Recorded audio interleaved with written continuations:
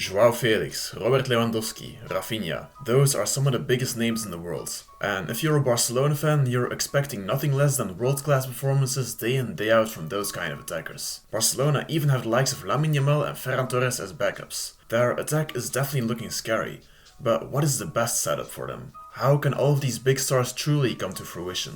Well, that's what we'll discuss in this video, so make sure to stay tuned. First of all, we have to talk about the engine of Barcelona's attack this season. Joao Felix has been one of Barcelona's best players game in, game out since signing for Barça. Technically, you can play him as a false 9, but in an ideal world, he takes his spots at left wing in Barcelona's attack. Why shouldn't he play as a false 9 though? Also not in the absence of Lewandowski. Well, Joao Felix needs a player in front of him to be at his best. At Benfica, he often played as a second striker behind an actual striker. Joao Felix is that kind of player to roam freely in attack, to look to create opportunities and to be dangerous through individual actions.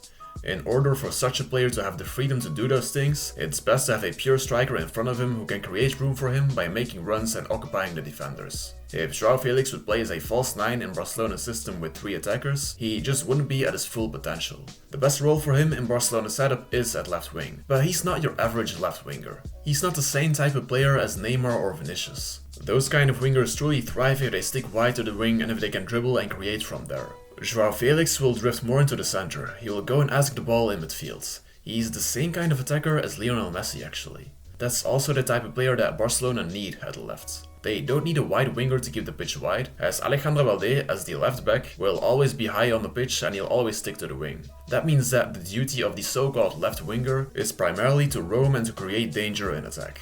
Joao Felix fits that role like a glove, so for that spot there's no one better than him. If you do want to rest him, you have to find another player who's creative, who has good vision and who can shoot from distance. And that player is probably Fermín López. He's the ideal option in that role if Joao Felix can't play.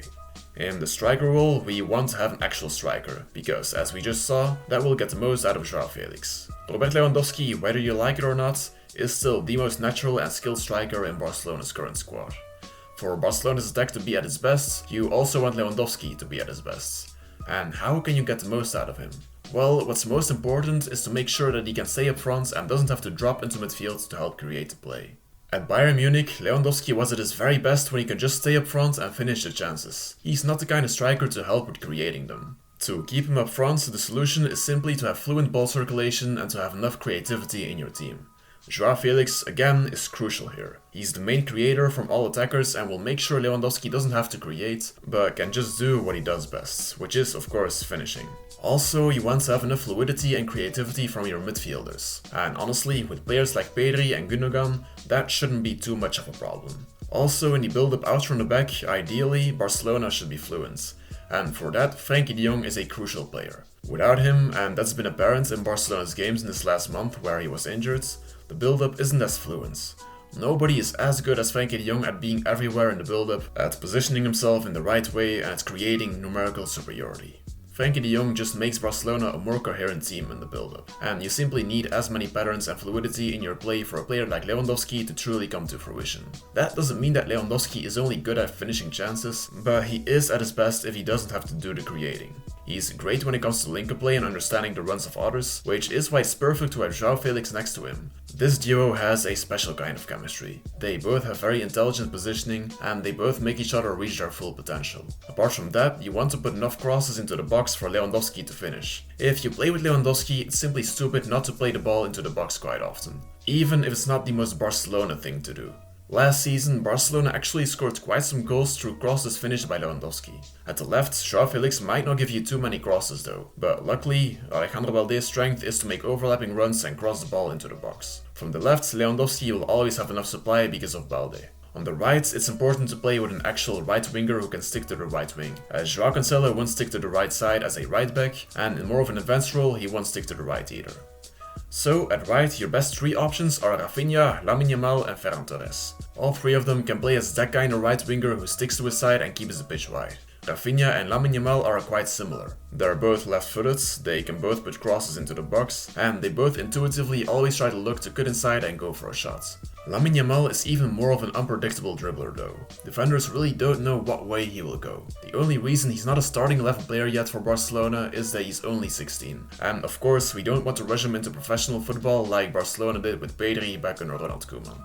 And what about Ferran Torres? He can play it right as well, and it is his best position. He's the best in Barcelona's squad at putting crosses into the box, he's actually quite good at dribbling, he can shoot from distance, you would simply benefit the most of him when he's your right winger. But can't he play as a false 9 in order to rest Lewandowski?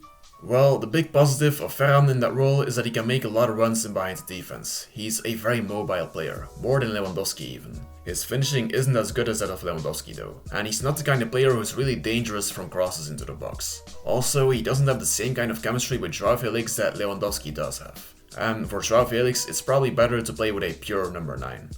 That's why, if you do want to rest Lewandowski, you might want to give another opportunity to Marc Guiu. And don't forget that in January, Vitor Roque will probably arrive in Barcelona as well. So, if Barcelona play a Champions League final tomorrow, and everyone is fit, what is their best possible attacking lineup then?